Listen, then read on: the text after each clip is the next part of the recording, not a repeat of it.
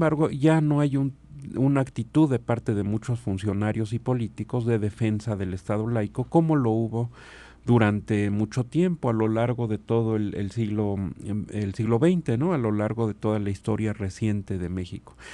México es un caso ejemplar ha sido un caso ejemplar en cuanto a la vigencia del Estado laico, y en el continente americano, en Latinoamérica concretamente, solamente hay 3 países que marcan claramente en sus leyes esta distinción entre el Estado y la Iglesia Católica, que es México, Nicaragua y Cuba. Y aún en este último caso de Cuba, pues difícilmente se puede equiparar a los demás porque está en un sistema diferente, un Sí. sistema socialista, en una realidad totalmente distinta. Entonces, solamente dentro de los casos que se pueden comparar, México y Nicaragua, y aún en Nicaragua también más aceleradamente que en México se está debilitando el Estado laico.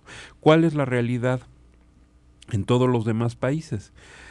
Pues la realidad es una realidad en mayor o menor grado teocrático, es decir, todas las constituciones garantizan grandes privilegios a la jerarquía católica, desde el caso más extremo en cuanto a la letra constitucional de Costa Rica, donde se dice la religión del Estado es la católica, apostólica y romana, hasta casos como en Perú, donde sin decirlo así, con esas palabras, pues se otorgan grandes privilegios a la jerarquía católica, y así en muchos otros casos, en Colombia, en Argentina, en Ecuador, en Paraguay, en Chile, en muchos otros casos, aunque no esté puesto el carácter oficial de la religión católica en las leyes, pues tiene el clero inmensos privilegios en la educación, en el ejército, mediante las llamadas capellanías militares, es decir, sacerdotes que actúan con potestad oficial dentro de las filas militares, bendiciendo las armas,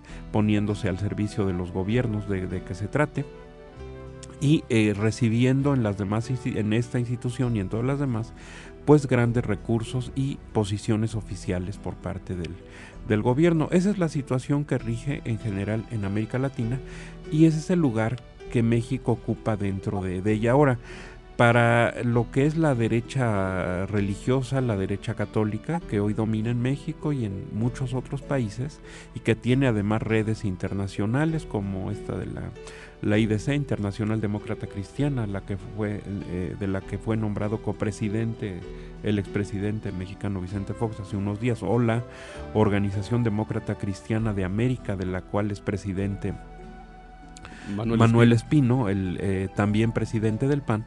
Pues les interesa a todas estas redes y a la derecha nacional y al Vaticano, pues destruir el Estado laico mexicano, puesto que es el único caso donde ha tenido vigencia este principio en América Latina, quitando el otro ejemplo que mencionaba de Nicaragua, ¿no? De hecho, la relación que existe en México con la Iglesia Católica es un poquito diferente comparada con la del resto de América Latina, como usted lo decía.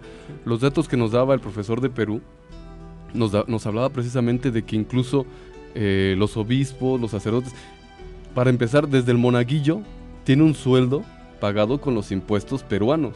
Es decir, ya por ser monaguillo de X iglesita, de X lugarcito, ya estamos hablando de que tiene un sueldo que el mismo gobierno le está pagando, cosa que no sucede con el resto de las iglesias o de las asociaciones religiosas, y cosa que en México no es posible que se acepte en ningún momento. Pero efectivamente que no se ha aceptado, que no está en las leyes ni debe estar en las políticas públicas, pero que se trata de implantar, y yo creo que básicamente por 2 vías. Una de ellas es modificar una y otra vez jerarcas católicos. El propio pontífice Benedicto XVI ha hablado de la supuesta necesidad de implantar lo que llaman la libertad religiosa en México, pero la libertad religiosa entendida ad hoc, Desde o sea, desde el punto de vista católico. ¿Y qué es la libertad religiosa? Para hacernos una idea, bueno, lo que ellos dicen es que sea la situación en México como ha sido en los demás países de América Latina, donde sí hay esa libertad. Ellos dicen, por ejemplo, en Perú la hay, en Colombia, en muchos otros países que o por ejemplo lo que platicábamos hace un momento fuera del aire de la situación que vive Argentina y algunas de las provincias de Argentina, ¿verdad? Así es, en Argentina, por ejemplo, pues en la Constitución el Estado reconoce la obligación de sostener a la Iglesia católica, ¿no? Igual en Bolivia, el artículo 3 dice, el Estado reconoce y sostiene a la Iglesia Católica, las demás desde luego no.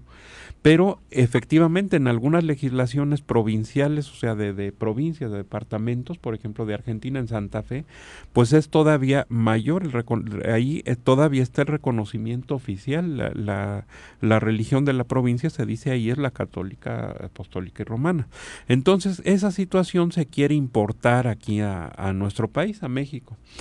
Esa es una de las estrategias, de las vías por las cuales se trata de impulsar este proyecto. De estas estrategias, perdón que lo interrumpa, vamos a un pequeño corte y ahorita de estas estrategias precisamente es de lo que vamos a platicar, de cómo la jerarquía católica trata o está manejando a modo la política actualmente para poder establecerlas en nuestro país.